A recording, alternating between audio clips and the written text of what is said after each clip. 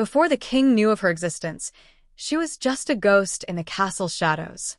A simple librarian, hiding her true nature for a decade with powerful suppressants, believing her destiny was one of ruin. But fate has a way of undoing even the most careful plans. She hid her scent for 10 years to escape the mate bond until the Alpha King caught her in his arms. When a king who has never felt love discovers his destined mate carries two powerful bloodlines, one that could save his kingdom and one that hungers for his blood, he must choose between the crown he's worn all his life and the woman who could destroy everything he's built. Can love triumph over a magical destiny manipulated by conspirators, or will the very connection meant to save them become the instrument of their destruction? Don't forget to like, subscribe, and hit that notification bell so you don't miss a single moment of this epic royal romance. You're in for a wild ride. Chapter 1. King Draven Thorne stood before the massive, arched windows of his private solar, the midday sun cutting sharp, severe lines across the ancient oak floor. At 32, he governed the realm of Eldoria with ruthless efficiency, viewing any display of feeling as a liability for lesser rulers. His piercing silver eyes skimmed the documents spread across the long marble table, export quotas, troop deployment schedules, treasury audits, all distilled into objective data that required no emotional input. 2 floors below, in the immense royal archives, faint movements signaled the arrival of the chief conservator.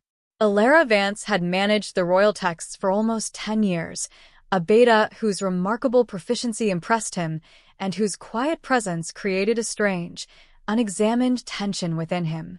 "Your Majesty," came a measured tap, followed by the deep, familiar voice of Lord Kalen, his primary strategist. The advisor entered, carrying a stack of fresh reports, his expression, as always, meticulously composed. "The morning updates," Kalen stated, setting the papers down. "The maritime treaty with the Western Isles is nearing final terms. Your final approval is required for the annual autumn equinox gala preparations." Draven gave a brief nod, appreciating Kalen's habit of concise communication.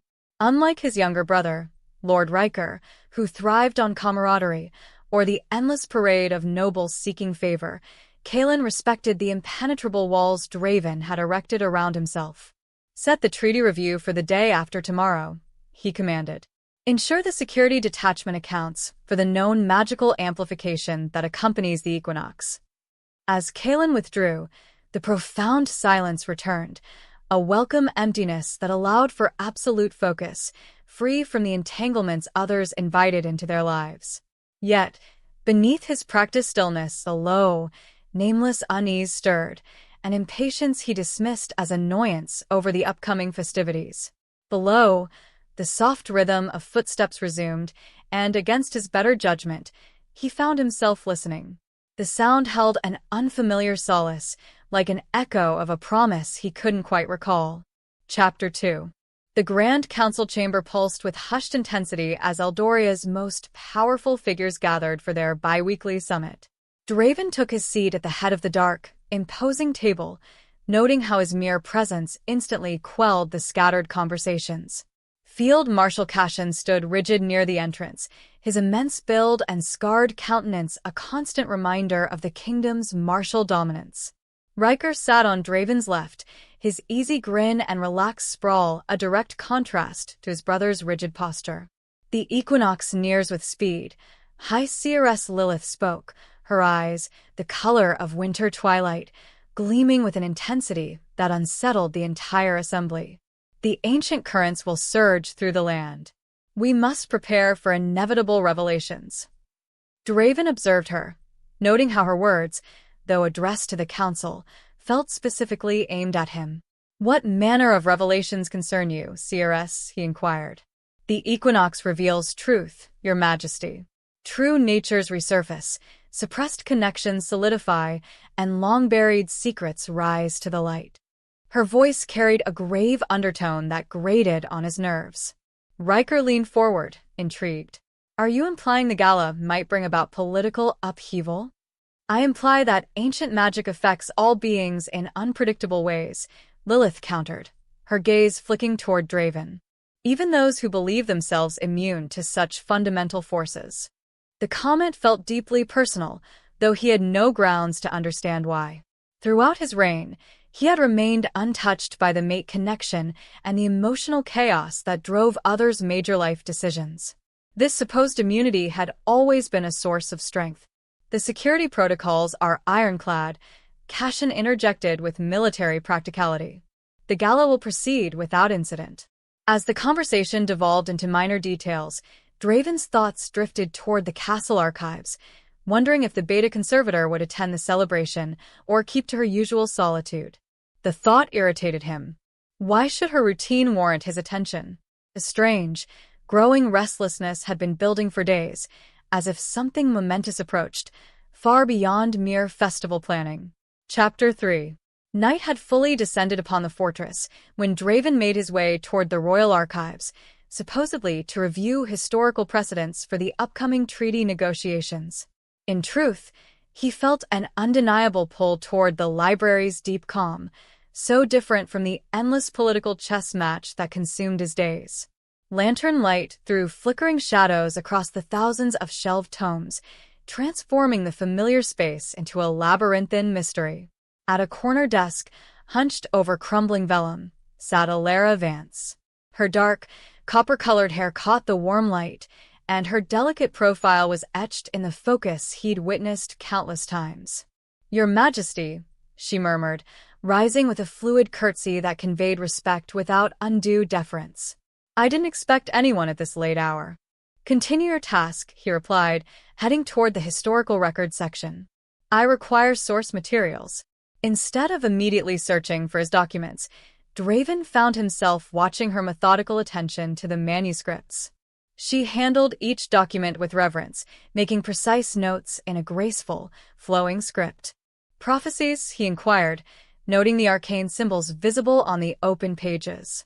"Historical research into magical resonance," she answered smoothly. "The equinox inspires interest in previous events and their consequences for the kingdom." Her tone carried a tension that caught his immediate notice. "Consequences? Magic reveals truth, Your Majesty. And sometimes truth requires change." She glanced up at him briefly before returning to her work. "Change can be disruptive." The brief exchange felt heavy with unspoken meaning, though he couldn't decipher the secrets shielded by her careful words. As he finally selected his needed volumes, he caught a subtle fragrance, something like dark honey and wild heather that seemed intimately familiar, yet impossible to place. "Working late again, I see," he observed, surprised by his own need to prolong the interaction. "Knowledge demands dedication," she replied, offering a small smile that illuminated her entire face.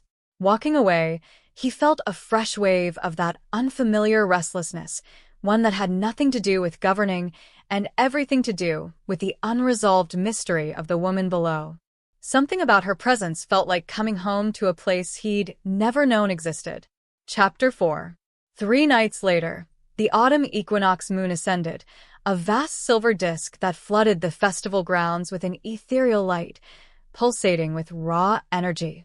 Draven observed from the royal pavilion as his people celebrated below, their music and laughter a joyous roar that contrasted sharply with the magical tension accumulating in the atmosphere. Beside him, Lady Seraphina adjusted her silk gown with calculated elegance, her alpha presence demanding attention from everyone except the one person whose notice she desperately craved. "A splendid celebration, Your Majesty," she purred, moving closer than required by court etiquette.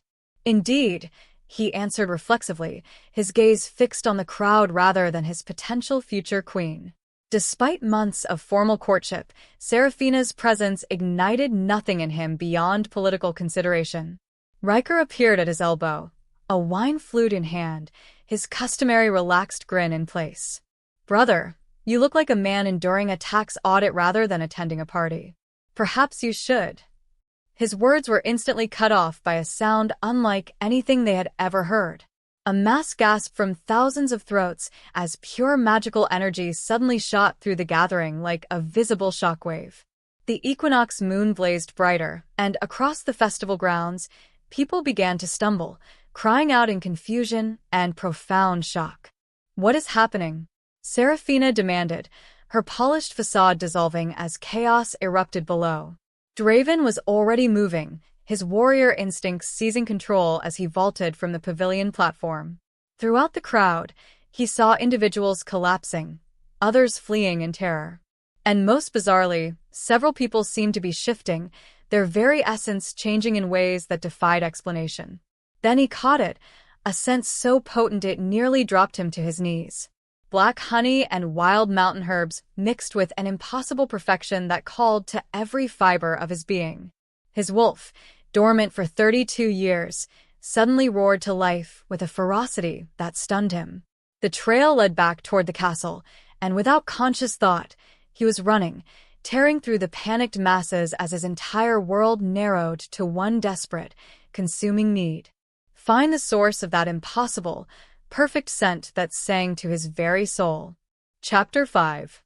Through the winding castle corridors Draven ran, following a scent trail that grew more intoxicating with every stride, while his mind reeled from sensations he had never experienced. His wolf clawed at his consciousness, demanding they locate and claim the source of such intoxicating perfection. The trail led to the archives, where overturned chairs and scattered scrolls suggested a sudden departure. Her fragrance saturated the air here, so potent it blurred his vision with need. Books lay open on prophecy, and among them, a single sheet marked with frantic handwriting. "The Great Surge has begun tonight." She knew, he realized, his voice choked with emotion. She knew this was coming.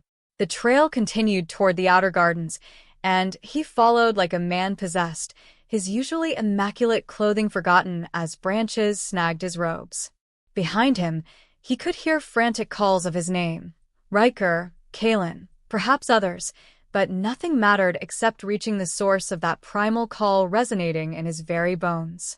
He found her in the center of the Midnight Rose Garden, collapsed beside the ancient fountain, where moonlight turned the water into molten silver. Elara knelt among scattered petals, her whole body shaking as she fought against something invisible but profoundly powerful.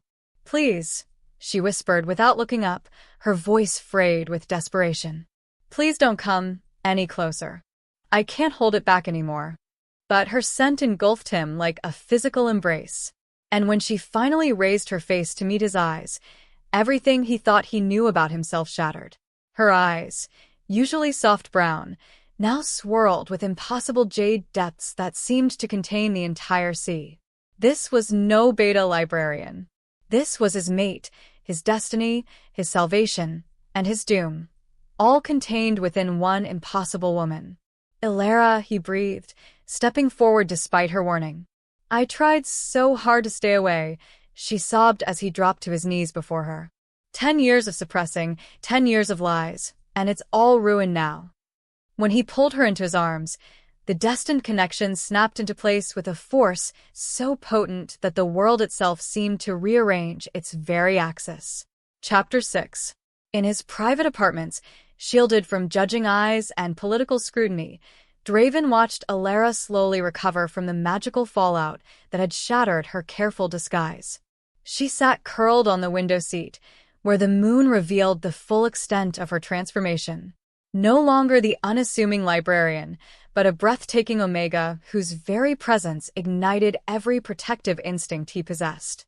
10 years, he said quietly, still grappling with the sheer magnitude of her deception. "You've been hiding in plain sight for a decade." "I had no other option," she replied, her voice steadier now, but still fragile. "The suppressants were the only way to live freely, to have a purpose beyond what others would dictate for me." He moved closer, drawn by invisible threads that seemed to link them at a cellular level. "What others? Who were you hiding from?" "Everyone," she whispered, meeting his gaze with those astonishing jade eyes. "Alphas who would see only my breeding potential. Nobles who would use me for strategic gain. A king who might—" She stopped, color rising in her cheeks. "Who might what?" he prompted gently. "Who might claim me out of duty, without ever truly knowing if I wanted to be claimed?" The raw honesty of her words struck him like a physical blow. "I've observed you for years, Draven. I've seen your rule, your mind, how you keep everyone at a distance. I knew that if you ever felt the soul connection, obligation would compel you to act whether your heart was genuinely involved or not. The accusation stung because it held an uncomfortable truth. How many decisions had been made purely out of necessity rather than genuine feeling? How many people had he kept away because emotion complicated clear judgment? And now, he asked, reaching out to trace the curve of her cheek with a trembling finger. Now that we both feel it? Now I'm terrified, she admitted, leaning into his touch despite her own fear. Because there is something else, Draven. Something I found in the old prophecies that makes our connection dangerous for reasons you cannot yet fathom. Before he could press her for details, she pressed a worn, ancient manuscript into his hand, its pages covered in script that seemed to shift in the candlelight. Read this, she whispered. Then tell me if you still want to claim a mate who might destroy everything you've built. The weight of prophecy settled upon his shoulders like a mantle he'd never asked to wear. Chapter 7. As dawn broke over the castle battlements, 2 days later, sleep continued to elude Draven's usually meticulous routine. Every sensation felt amplified. His morning tea too bitter, the stone corridors too cold, the rustling of his guards' uniforms unnaturally loud. Most overwhelming was the constant, visceral awareness of Elara's presence somewhere within the castle walls, as if an invisible, tangible cord connected them across any distance. Your Majesty seems strained, Kaelin noted carefully as they reviewed the morning correspondence. His advisor's concerned look suggested the changes were more evident than Draven had hoped. I am perfectly capable of managing my duties, he snapped, though the words sounded hollow even to his own ears. How could he explain that reading trade deficits seemed utterly insignificant when every fiber of his being yearned to seek out his mate? Riker entered without preamble, his usual cheerful demeanor replaced by profound concern. Brother, the entire court is buzzing about your behavior at the festival. Abandoning the celebration, running through the castle like a man possessed. Seraphina is spreading talk that you've been magically compromised by a mysterious alpha female. My conduct is not a topic for public debate, Draven cut him off. But even he noticed the lack of his usual authority. When it directly impacts the realm's stability, it absolutely is. Riker shot back, rare steel in his voice. Half the nobles are demanding an inquiry into potential magical interference with your judgment. The mention of Seraphina sent an unexpected surge of pure irritation through him. Her presumptions and possessiveness, once tolerated as politically necessary, now felt utterly intolerable. The mere thought of another woman's touch, when Elara existed in his world, felt like a deep betrayal. Let them demand what they wish, he said finally. My personal affairs are precisely that, personal. But even as he spoke the words, he knew they were a luxury a king could rarely afford. Every choice he made rippled through the kingdom, affecting alliances, economic stability, and the delicate balance of power that kept Eldoria whole. From somewhere deep within the fortress, he caught the faintest hint of Elara's scent, and his newfound emotional turmoil crystallized into a single, terrifying realization. He would choose her over everything else, even if it cost him his crown. The transformation had already begun, and there was no possible return. Chapter 8. That evening, the prophecy lay spread across the library table like an accusation, its ancient script seeming to writhe and change in the candlelight as Draven struggled to grasp its catastrophic implications. Beside him, Elara traced the symbolic illustrations with unwavering fingers, her scholar's mind working through interpretations that chilled him to the bone. This passage here, she murmured, pointing to a section written in faded charcoal, speaks of the Alpha King's fated mate, bringing either great prosperity or total collapse. But the text is intentionally vague. The same words can be interpreted in multiple ways. You've been studying this for years, he realized, noting the extensive, careful annotations filling the margins in her hand. You knew we were fated to meet. I suspected, she corrected softly. The timelines coincided, the descriptions matched, and I felt something whenever you were near, even through the suppressants. But I hoped I was wrong. Her honesty cut deep, for he could hear the genuine regret in her voice. This woman had spent a decade fighting against a destiny she feared would bring ruin to everything she had grown to care for. "What changed your mind?" he asked. "What made you choose to stay rather than flee when you realized the connection was inevitable?" Color rose in her cheeks as she met his gaze. "You did," she whispered. "Watching you rule with unwavering justice, seeing how you protected those who were powerless. Realizing you were nothing like the tyrant king the prophecies seemed to describe, I began to hope that maybe the prophecy was wrong. That maybe I was strong enough to choose which interpretation became reality."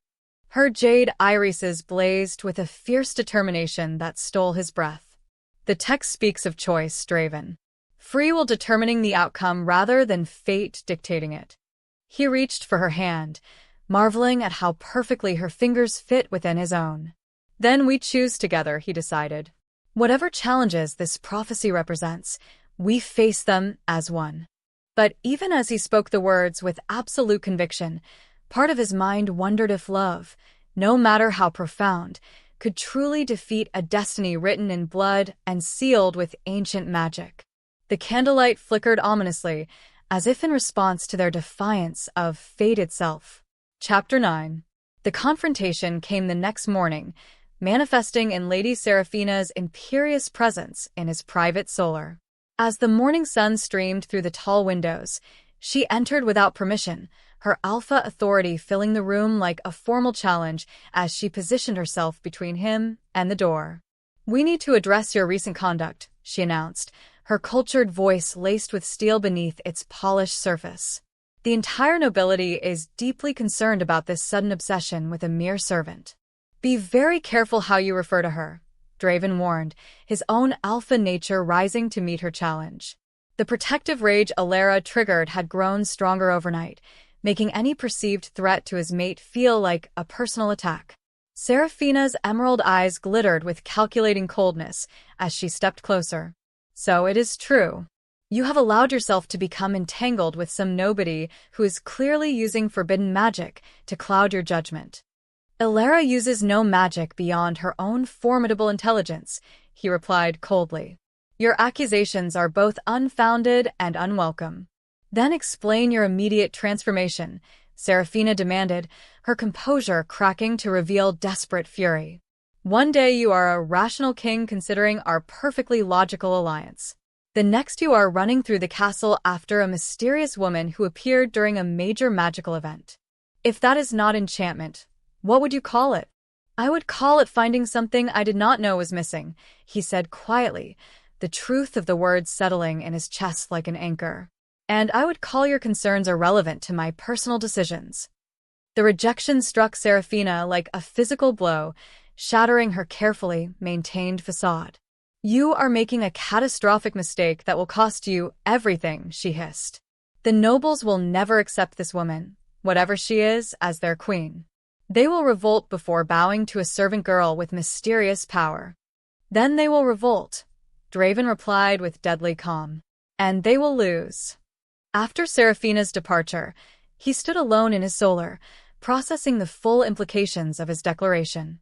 For the first time in his reign, he had chosen personal desire over political expediency, and the consequences would cascade through every corner of his carefully ordered kingdom. But when he thought of Elara's jade depths and the way his soul had recognized hers, he found he regretted nothing. The line was crossed, and whatever came next, he would face it as her chosen mate. Chapter 10. High Seeress Lilith moved through the castle corridors like a ghost, her pale robes rustling against the time-worn masonry as she made her way to the king's private apartments. The equinox magic still lingered in the air, causing the very walls to hum with residual energy that responded to her presence in ways others could not perceive. She found Draven in his solar, but not alone. The Omega Girl, Elara, a name that carried more weight than anyone yet realized, sat across from him, text spread between them like both a barrier and a bridge. The energy of their sacred connection crackled around them, visible to Lilith's trained senses as golden threads binding their souls together. "Your Majesty," she announced, her voice cutting through their intimate research session like a blade. "We must speak privately about recent developments." Draven's protective instincts flared immediately, his posture shifting to shield Elara from potential threat. Anything you have to say can be said in front of my mate. Can it? Lilith's smile was cold as a winter moonbeam. Even if it concerns secrets she herself has hidden from you? The words found their mark precisely. Elara paled, her hands trembling as she closed the manuscript she had been reading. Whatever knowledge the seeress possessed, it was enough to completely shake the young woman's composure. What secrets? Draven demanded, though his heart already knew the answer would change everything. Perhaps Lady Elara should explain why she has been taking suppressants for a decade, Lilith suggested with false sweetness. Not merely to hide her Omega status, but to keep something far more dangerous locked away. I don't know what you're implying, Elara whispered, but her voice lacked all conviction. Don't you? The seeress moved closer, her icy eyes gleaming with malicious satisfaction. Tell me, child, have you experienced any unusual surges lately? Any moments where you felt less like yourself and more like something else entirely? The blood drained from Elara's face as understanding dawned, and Draven felt their sacred link transmit her sudden terror, like a physical blow. Whatever truth Lilith was about to reveal, it was something Elara had feared but never fully understood. The prophecy speaks of 2 distinct bloodlines in one vessel, Lilith continued relentlessly. One of radiant life, one forged in absolute shadow. The question is which one will ultimately control the king's precious mate. Silence stretched between them like a drawn blade, sharp with unspoken threats and terrible possibilities. Chapter 11. The ancient tome Lilith produced from beneath her robes seemed to writhe with a malevolent life of its own. Its pages were yellowed with age and stained with substances that might once have been blood. Unlike the carefully preserved library manuscripts, this book radiated a power that made the air itself feel thick and oppressive. The complete prophecy, she announced with theatrical flourish, opening to a page marked with ribbons clearly placed long before this moment. Not the edited version kept in the royal archives, but the original text, written in the blood of the seers. Draven pulled Elara closer as he read, feeling her distress increase with each line of translated text that Lilith revealed with obvious relish. When the Alpha King finds his fated mate beneath the equinox light, he shall know both salvation and utter damnation. For within her dwell 2 bloodlines, one born of the light court's pure grace, one forged in the shadow court's absolute hunger. The light blood shall bring prosperity and joy, while the shadow blood seeks only destruction, and the Alpha's blood upon her teeth. The words struck like physical blows, each phrase worse than the last. Beside him, Elara made a sound of pure anguish that tore at his heart. The suppressants, she whispered, understanding dawning in her jade depths like a terrible sunrise. They weren't just hiding my scent. They were holding something back. Indeed, Lilith confirmed with satisfaction. For 10 years, you've been keeping a beast caged within your own body. But such concentrated power cannot be contained forever. The equinox has begun awakening what you've tried so desperately to hide. That's impossible, Draven protested, though even as he spoke, he remembered moments in the past day when Elara's eyes had seemed to flash with something cold and dangerous. She has shown no signs of... Hasn't she? Lilith interrupted. The crippling headaches that have plagued her since childhood. The dizzy spells she attributes to exhaustion. The dreams of inexplicable violence she's never told anyone about. Each accusation hit its mark with devastating accuracy. Elara's silence confirmed what Draven desperately wanted to deny. She had been experiencing exactly the symptoms Lilith described. How long? He asked quietly, his voice steady despite the world dissolving around them. The transformation accelerates with each passing day, Lilith replied with false sympathy. Soon, the shadow bloodline will be strong enough to take permanent control. When that happens, the gentle scholar you love will cease to exist, replaced by a creature that lives only to destroy everything you've built.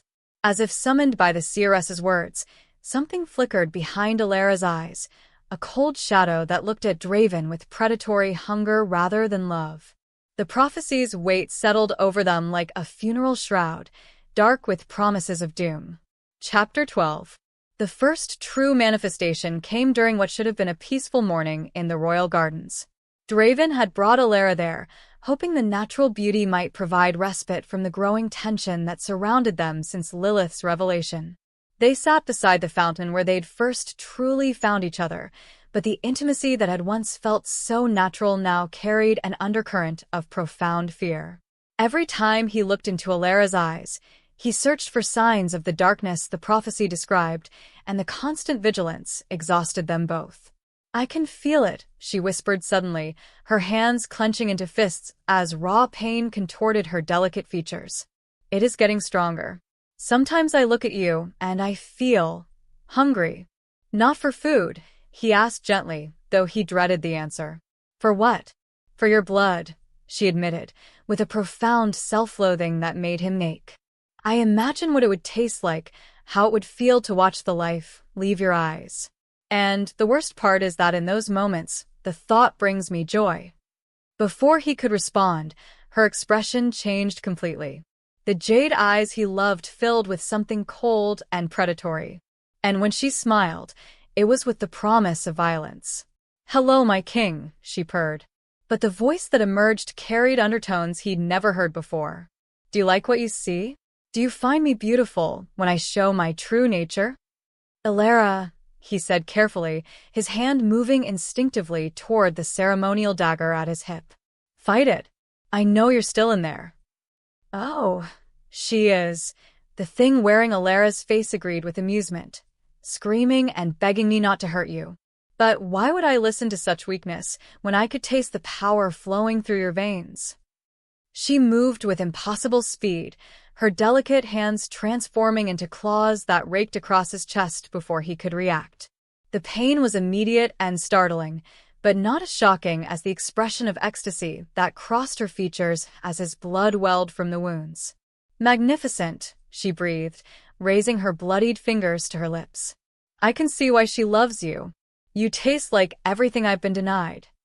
Then, as abruptly as it had come, the darkness receded. Elara collapsed against him, sobbing with horror as she saw what her hands had done. "I am so sorry," she wept. "I couldn't stop it. I tried, but it was so strong and God help me, I wanted to hurt you." Holding her shaking form, Draven realized they were rapidly running out of time to find a solution before the monster within her claimed permanent control. Chapter 13. The emergency council session convened in the castle's most fortified chamber, where powerful wards designed to contain discussions too dangerous for ordinary rooms hummed with protective energy. Around the circular table, Eldoria's most powerful leaders sat in silent judgment of their king's impossible predicament, their faces grave with the weight of decisions that would determine the kingdom's survival. "The evidence is undeniable," Field Marshal Cashin stated with military bluntness, his battle-hardened hands folded before him like instruments of execution. "The woman poses a clear and immediate danger to His Majesty's life and the realm's stability." Riker's usually cheerful demeanor had been replaced by the cold, calculating intelligence their royal bloodline was known for. "Brother, I understand your feelings, but we cannot ignore the fact that she attempted to kill you in the gardens in broad daylight. What happens when the darker soul gains enough strength to succeed?" "She fought it," Draven replied firmly, though each word felt like swallowing pulverized glass. Elara overcame the compulsion and stopped herself. "That proves the original soul still has some measure of control." "For now," Kalen added quietly, his loyalty warring with his duty to speak the truth. "But Seeress Lilith's research suggests the episodes will become more frequent and more violent. Eventually the creature will win," Seraphina finished with savage satisfaction. "And then we'll have a monster with unrestricted access to our king's private chambers. The security implications alone are staggering." Draven's hands clenched beneath the table as he fought the urge to silence Seraphina permanently. The protective rage surging through him at any threat to Elara had grown stronger since their connection deepened, making rational discussion increasingly difficult. "There is another option," Lilith interjected from her position near the chamber's shadowed alcove. "The prophecy speaks of choice determining the outcome. Perhaps the solution lies not in destroying the threat, but in redirecting it. Explain, Draven commanded, seizing on any alternative to the death sentence his council seemed determined to pronounce. The Shadow bloodline craves the Alpha King's blood specifically, the seeress continued, with clinical detachment. But prophecies can be interpreted creatively. If another were to claim the title of Alpha King, the compulsion might transfer to them instead. Riker's face went carefully blank as the implication hit him. You're suggesting I challenge my brother for the throne? I'm suggesting you might save his life by accepting the burden he cannot bear, Lilith replied smoothly. The crown or his mate? Choose one, Your Majesty. You cannot have both. The ultimatum hung in the air like the sword of Damocles, waiting to fall. Chapter 14. In direct defiance of every rational voice counseling caution, Draven made his choice with the absolute certainty that came from finally understanding what truly mattered. He found Elara in the castle's highest tower, where she had secluded herself after the council's ultimatum, standing at the window like a prisoner awaiting execution. They want you to give up the crown, she said without turning around. Her reflection in the glass showed tear tracks glistening in the moonlight. Your advisors, your brother, even Seraphina, they all believe you should choose the kingdom over me. And what do you believe? He asked, moving to stand behind her, close enough to feel her warmth, but careful not to touch. Since the garden incident, physical contact had become fraught with a danger they could not ignore. I believe they are right, she whispered, the words hitting him like physical blows. I felt what it wanted to do to you, Draven, the hunger, the joy it would take in watching you die. How can you risk everything for someone who might murder you in your sleep? Because you're not someone, he replied fiercely, finally giving in to his need to hold her despite the risks. You're everything. My mate, my heart, my soul. Without you, the crown is just an ornament on a dead man's head. She turned in his arms, her jade irises searching his face for any hint of doubt or resentment. You could have a normal life with someone else. Seraphina would give you strong heirs and political stability. A beta mate would bring security rather than prophecies of doom. I don't want normal, he said simply, pressing his forehead against hers as their sacred link pulsed between them like a living thing. I want you. All of you. Light and dark, dangerous and safe, scholar and whatever you might become. If loving you costs me everything else, then I will pay that price gladly. Even if it kills you? Especially then, he replied with absolute conviction. Better to die loving you than live without you. When they kissed, it was with the desperate passion of two people who knew their time might be running out. But beneath the desire and tenderness, Draven could feel something else stirring, the darker bloodline watching through Elara's eyes and waiting for its chance to taste his blood. For the first time since accepting his fate, he began to understand what true courage meant. Love wasn't the absence of fear. It was choosing to act despite it. Chapter 15. The formal declaration came at high noon 3 days later, delivered by the royal herald to every corner of Eldoria with the weight of absolute authority behind it. King Draven Thorne, sovereign ruler of the Northern Territories, hereby claimed Lady Elara Vance as his mate and future queen, regardless of prophetic warnings or noble objections. The response was immediate and devastating. By sunset, 3 major noble houses had formally withdrawn their support for the crown, citing concerns about magical corruption of royal judgment. Field Marshal Cashin received demands from regional governors for military intervention to protect the kingdom from supernatural threat. Most damaging of all, Riker was approached by a coalition of lords offering to support his claim to the throne if he would restore sanity to royal policy. Brother, please reconsider. Riker pleaded during an emergency meeting that felt more like a battlefield negotiation than a family discussion. I don't want your crown, but I won't stand by and watch the kingdom tear itself apart. The kingdom will adapt, Draven replied with cold steel in his voice, though privately he wondered if his confidence was justified. Those who cannot accept change will be replaced by those who can. With what army? Seraphina demanded, her presence at the meeting a reminder of how quickly former allies could become enemies. Half your military commanders have expressed doubts about following orders from a king they believe is compromised. The other half won't act against fellow nobles without clear justification. The justification is simple. Elara interjected from her position beside Draven's chair, her jade eyes blazing with determination despite the obvious toll recent events had taken. I am the king's chosen mate, blessed by the laws of nature and accepted by his free will. Those who oppose our connection oppose the crown itself. Pretty words from someone who tried to kill him 3 days ago, Seraphina shot back with venom. The reminder struck home like a blade between the ribs.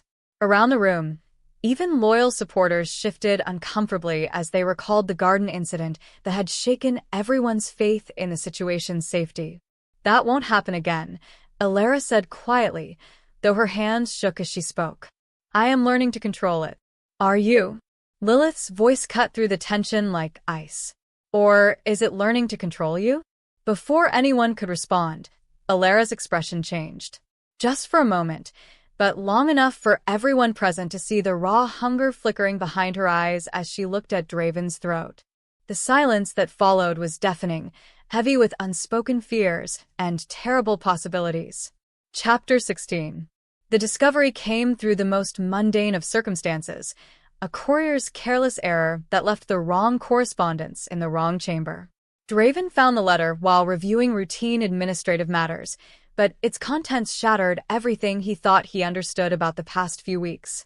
Written in Lilith's distinctive, spidery script, the message detailed careful manipulations stretching back months before the Equinox Festival.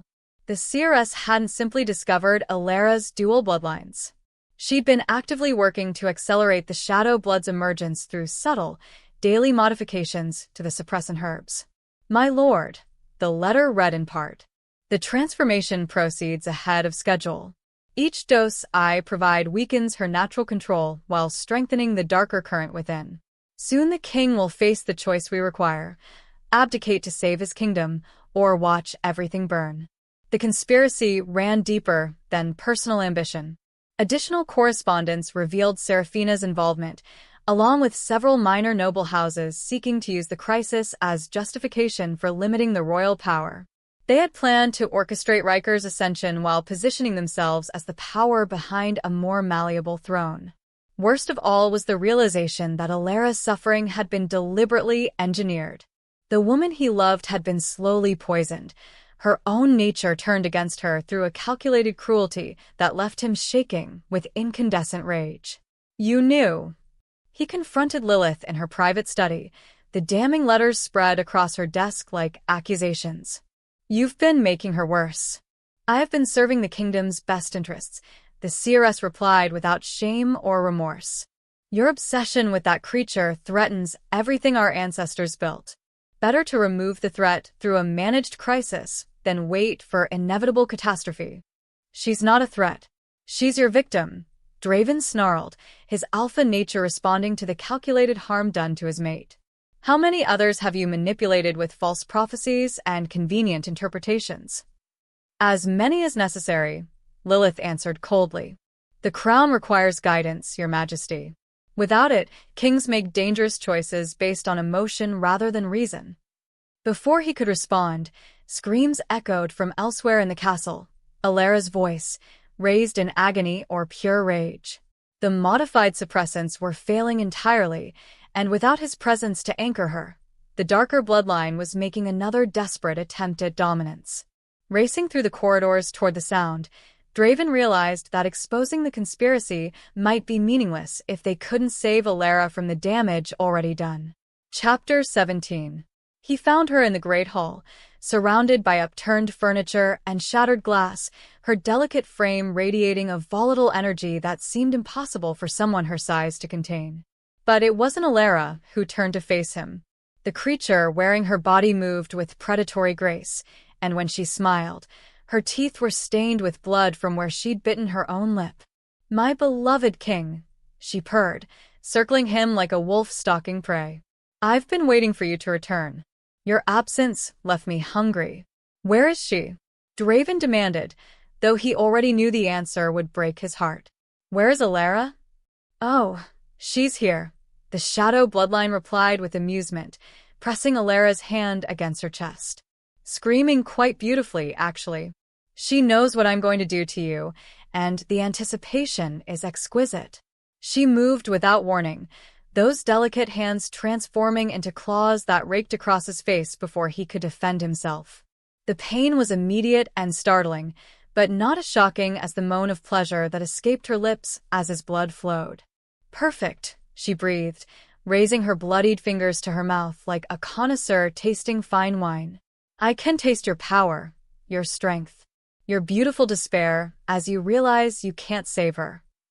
I won't fight you, Draven said quietly, allowing his hands to fall to his sides despite every instinct screaming at him to defend himself. If hurting me will satisfy whatever drives you, then do it. But let her go afterward.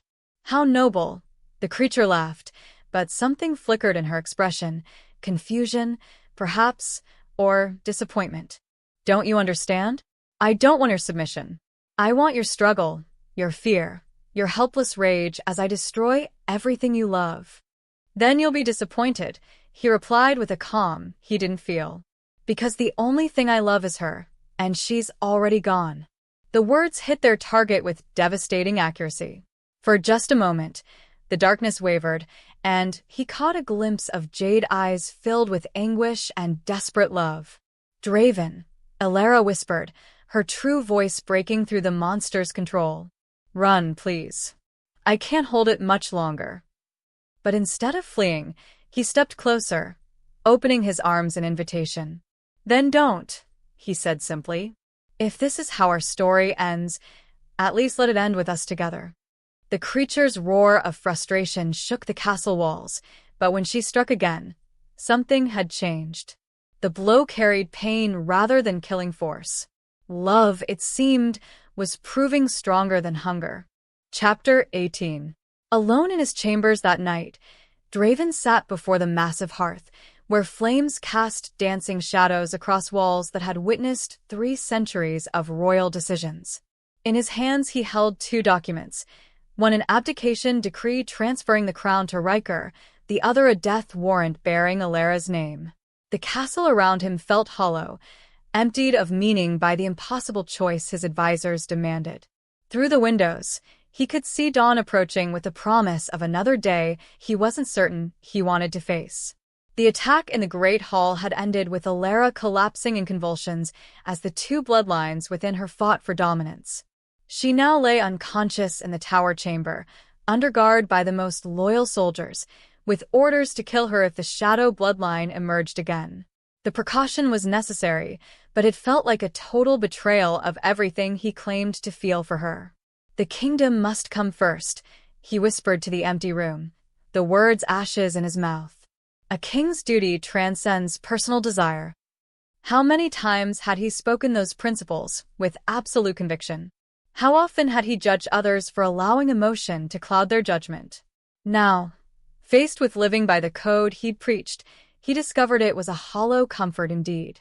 His father's portrait watched from the mantelpiece, eyes that had once seemed wise now appearing cold and distant. That man had sacrificed everything for duty, happiness, love, his very humanity, and what had it gained him? A son who remembered him with respect but not warmth. A kingdom that functioned efficiently but felt empty of joy. Is this what you wanted? Draven asked the painted figure. For me to become you, powerful, alone, and slowly dying inside. The fire crackled in response, offering no wisdom beyond the reminder that flames consumed everything they touched. Tomorrow he would have to choose. Sign the death warrant and watch love die, or abdicate and let others determine Elara's fate. Either path led to devastating loss. The only question was whether he would destroy his kingdom or his soul. In the growing light of dawn, King Draven Thorne finally understood why his father had always seemed so tired and why power felt more like a cage than a privilege. For the first time in his reign, he wondered if being king was worth the price it demanded. The crown suddenly felt less like a symbol of authority and more like shackles binding him to choices that would haunt him forever. Chapter 19. The revelation came through the castle's most unlikely source, Lady Serena, Elara's loyal friend and an accomplished scholar in her own right, who had maintained her own subtle disguise for years through careful planning and unwavering devotion. She burst into Draven's chambers at dawn, carrying documents that would change everything they thought they knew about the crisis. "It's all lies," she gasped, her beta composure cracked by desperation and exhaustion. "The prophecy, the dual soul, everything Lilith told you, it's fabricated manipulation." Draven looked up from the death warrant he had been contemplating, hope flickering like a candle in his chest despite years of training that warned against trusting desperate claims. "Explain." "Elara isn't carrying two souls," Serena continued, spreading ancient parchments across his desk with shaking hands. "She's carrying two distinct magical bloodlines that were forced to merge, artificially. The Light Court lineage and the Shadow Court lineage, both potent in their own right, but never meant to exist in one person." The documents she revealed told the story of magical experimentation conducted generations ago, when ambitious sorcerers had attempted to create the perfect royal mate by forcibly combining the bloodlines through forbidden rituals. The process had been abandoned after early subjects went mad or died, but one child had survived, Elara's great-grandmother. "The shadow blood isn't evil," Serena explained urgently. "It's the concentrated court magic trying to assert dominance, because the suppressants Lilith has been providing were designed to destabilize the balance between the bloodlines, creating an artificial conflict between magical natures that should complement each other." Making her sick to justify the prophecy's claims, Draven realized, understanding flooding through him like a breaking dawn. "Exactly. But look at this." She pointed to a passage written in faded ink. The original research notes suggest that a true soul connection could stabilize the dual bloodlines permanently. Instead of fighting each other, they would work together, making her more powerful rather than more dangerous. Hope warred with caution in his chest as Draven studied the evidence before him. After days of believing he'd have to choose between love and duty, the possibility that he could have both seemed almost too good to be true. "How do we prove this?" he asked finally. "We stop the artificial suppressants and allow the bloodlines to find their natural balance," Serena replied. "But it has to be done while she's anchored to her destined mate. Your presence is the anchor that will guide the process." Looking toward the tower where Elara lay unconscious, Draven made the decision that would either save them both or destroy everything they'd fought to protect. Chapter 20.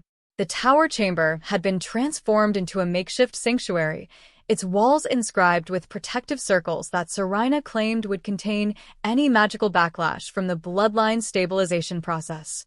Elara lay at the center, pale as marble and still unconscious from the previous day's convulsions. "The theory is sound," Kalen said quietly, though worry lines creased his features as he studied the ritual preparations.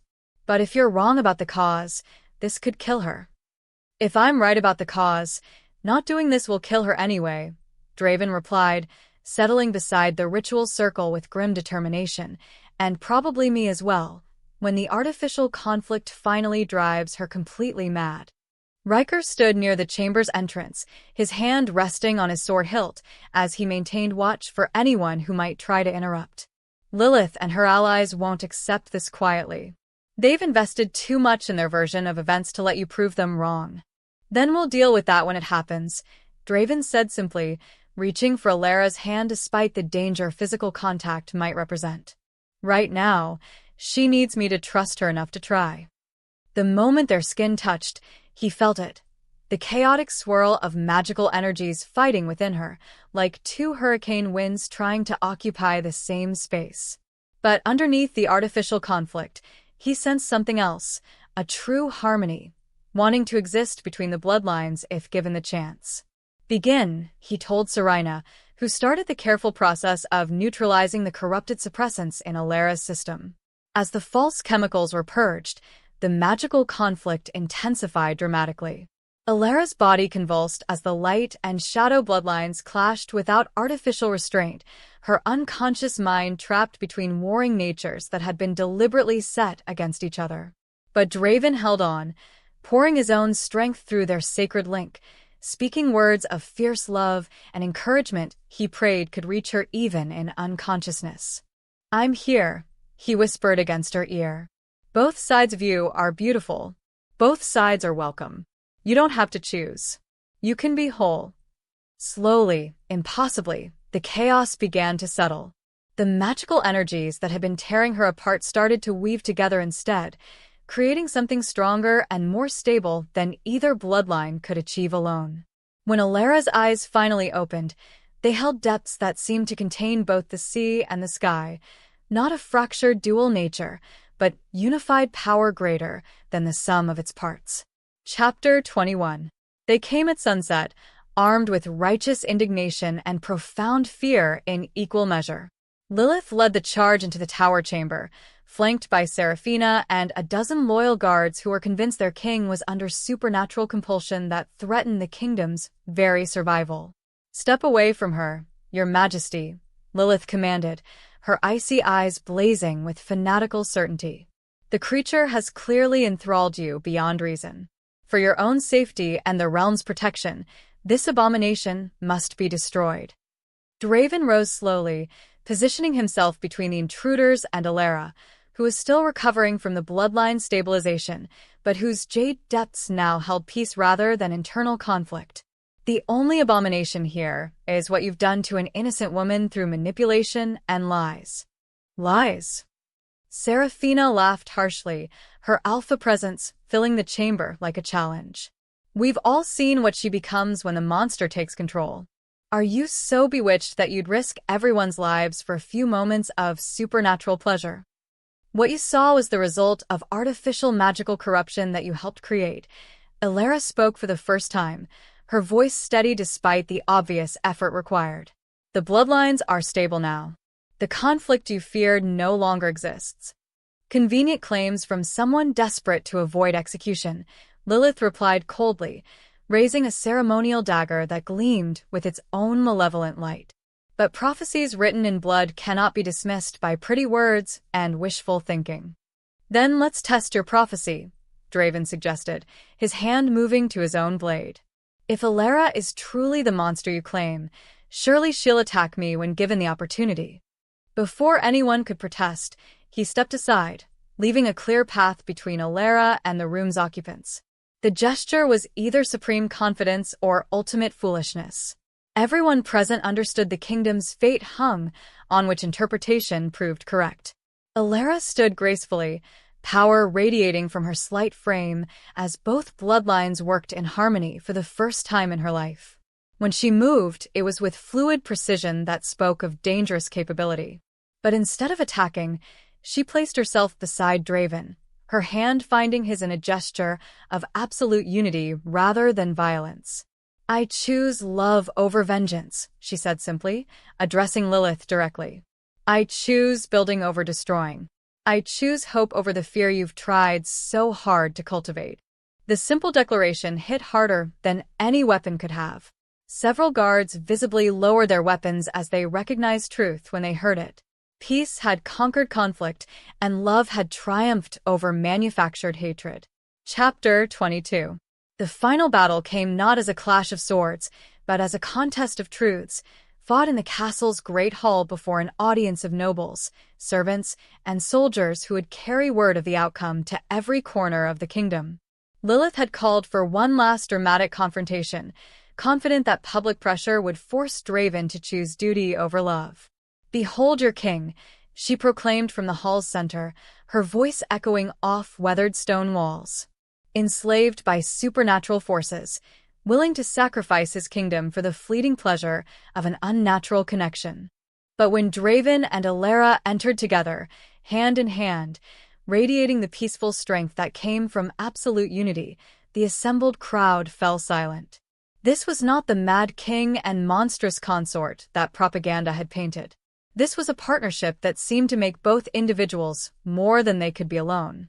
"Citizens of Eldoria," Draven began, his voice carrying to every corner of the vast chamber. "You have been told your king has fallen under evil influence. But I stand before you clear-headed and certain, bound not by magic, but by choice.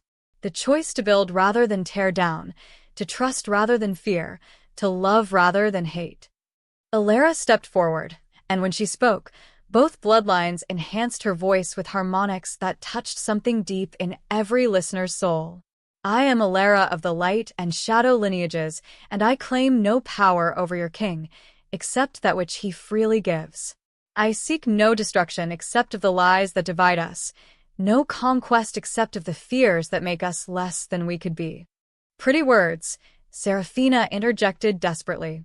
But we've all seen what she becomes when the monster— There is no monster, Riker interrupted, stepping forward with documents Serena had helped him prepare. Only a woman who is systematically poisoned to fulfill a false prophecy created by those seeking to control the crown through manufactured crisis. The evidence was overwhelming once presented clearly. Correspondence detailing the conspiracy, research proving the artificial nature of Elara's condition, testimony from servants who had witnessed Lilith's manipulations. Most damning was the seeress's own journal, detailing years of careful planning to position herself as the power behind a more malleable throne.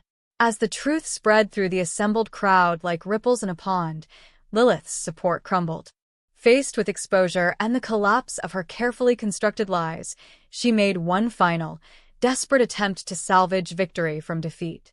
Then let the bloodlines prove their stability, she snarled, producing a vial of silvery liquid. Let her drink this purified essence of both magical heritages and show us all what she truly becomes when neither side is suppressed.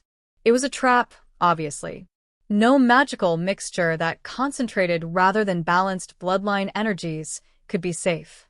But before anyone could stop her, Elara stepped forward and took the vial from Lilith's hand. I accept, she said simply, and drank the entire contents before anyone could intervene. Chapter 23. The transformation that followed was unlike anything anyone present had ever witnessed. Instead of the violent convulsions and personality shifts that had characterized Elara's previous episodes, she simply grew brighter.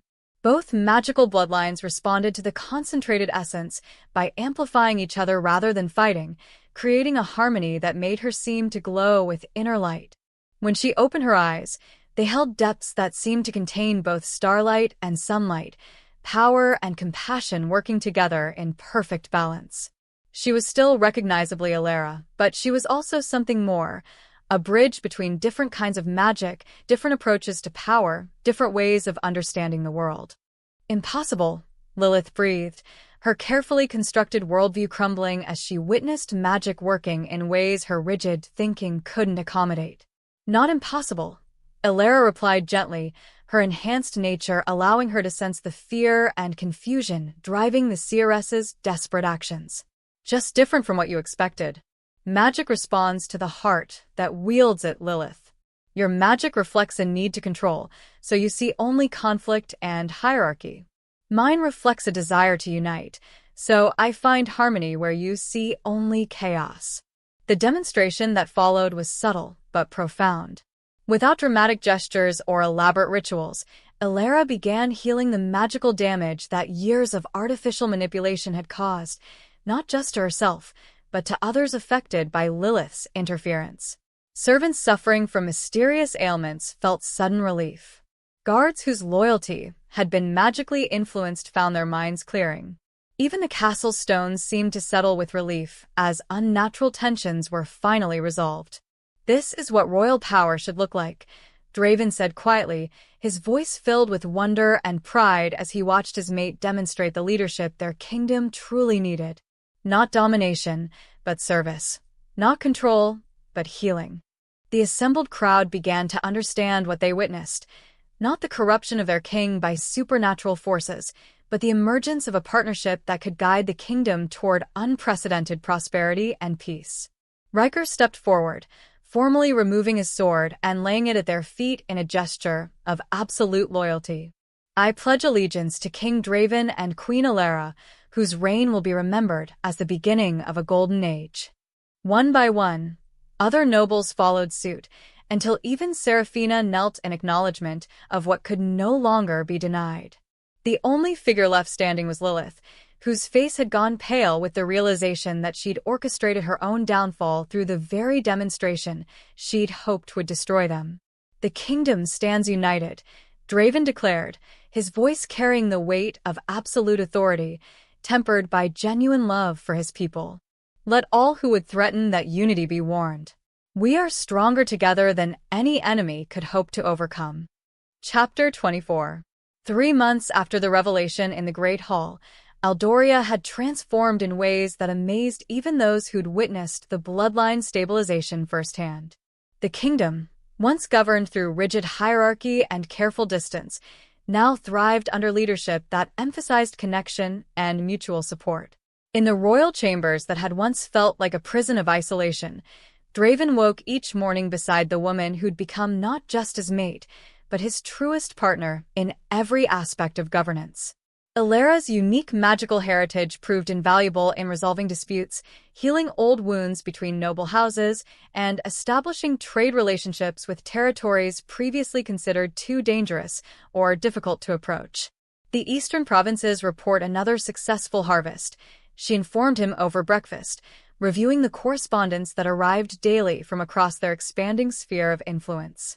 And the mining guild has agreed to the new safety protocols we proposed. We proposed, he corrected gently, recognizing how many innovations she attributed to him actually originated from her insights into problems he'd never have noticed. Your ability to sense the magical contamination in those mines saved more lives than any military victory could have. The changes weren't limited to policy and magic. The very atmosphere of the castle had shifted, becoming a place where laughter echoed through stone corridors and servants moved with genuine purpose rather than fearful obedience. Riker had proved an excellent advisor, once freed from the burden of potentially inheriting a crown he never wanted. Kaelin's administrative skills flourished under leadership that valued competence over political maneuvering. Even former enemies had found places in the new order. Seraphina, stripped of her artificial ambitions, had discovered genuine fulfillment in managing diplomatic relations with neighboring kingdoms. Her alpha nature, no longer twisted by desperate competition, made her an effective advocate for Aldoria's interests abroad. No regrets? Elara asked, the question becoming their private ritual during quiet moments when the weight of responsibility felt particularly heavy. Only that it took so long to understand that strength shared is infinitely more powerful than strength hoarded, Draven replied, pulling her close as morning light painted their chambers in shades of gold and promise. Outside their windows, they could see the kingdom they'd built together, prosperous, peaceful, and growing stronger each passing day through the simple but revolutionary principle that love was meant to be the foundation for power rather than its enemy. True unity had replaced manufactured division, and hope had conquered fear. Chapter 25.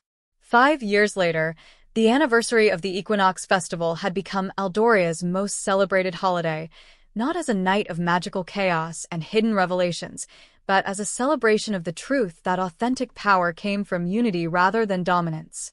King Draven and Queen Elara walked through the festival grounds that sparkled with lights and laughter, their presence among the people a far cry from the distant royal traditions that had characterized previous reigns. Children who'd grown up under their united rule played games that emphasized cooperation over competition, while merchants from a dozen different territories traded freely in an atmosphere of trust that had seemed impossible just years before. Their own children, twin heirs with their father's storm-colored eyes and their mother's capacity for magical harmony, chased fireflies through gardens, where flowers bloomed in impossible profusion, nurtured by magic that responded to love rather than fear. Sometimes I wonder what would have happened if you'd chosen differently, Elara mused as they paused beside the fountain where their connection had first been recognized. If you'd signed that abdication decree and walked away from everything you'd built, then I would have become a different man entirely, Draven replied, understanding now that every choice shaped not just circumstances, but the very essence of who they became. One who let fear make decisions instead of hope.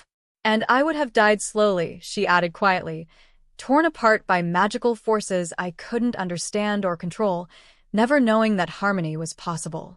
Around them, the festival continued with a joy that felt as natural as breathing. Former enemies shared tables and stories. Children from different social backgrounds played together, without concern for anything but friendship. Couples who'd found love across traditional boundaries celebrated openly in a kingdom that had learned to see diversity as strength rather than a threat. The prophecy was right about one thing, Elara observed, watching their people celebrate with genuine happiness that came from security and hope. Your destined mate did bring transformation to the kingdom. Our destined connection, Draven corrected, the distinction important even after years of partnership. Neither of us could have achieved this alone. As the equinox moon rose over their thriving kingdom, casting a silver light that no longer carried ominous warnings, but rather reminded everyone of love's triumph over fear, they knew their story had become more than personal happiness. It had become proof that the greatest power of all was the courage to choose connection over isolation, trust over suspicion, and hope over the comfortable certainty of familiar limitations. The king who'd once believed love was weakness had discovered it was the ultimate strength. The woman who'd hidden from her own nature had learned to embrace every aspect of who she was meant to be. Together they ruled a kingdom where magic and mundane worked in harmony, where differences were celebrated rather than feared, and where the next generation would grow up believing love was meant to be the foundation of all true power. Their crown was no longer a burden worn in isolation, but a responsibility shared between two hearts that had found their perfect complement in each other. True strength lies not in the power to control others, but in the wisdom to grow alongside them. And the greatest magic of all is love that transforms not through domination, but through the courage to become more than you ever imagined possible. Thank you so much for listening. Smash that like button, subscribe to my channel, and ring the notification bell so you don't miss my next romance story.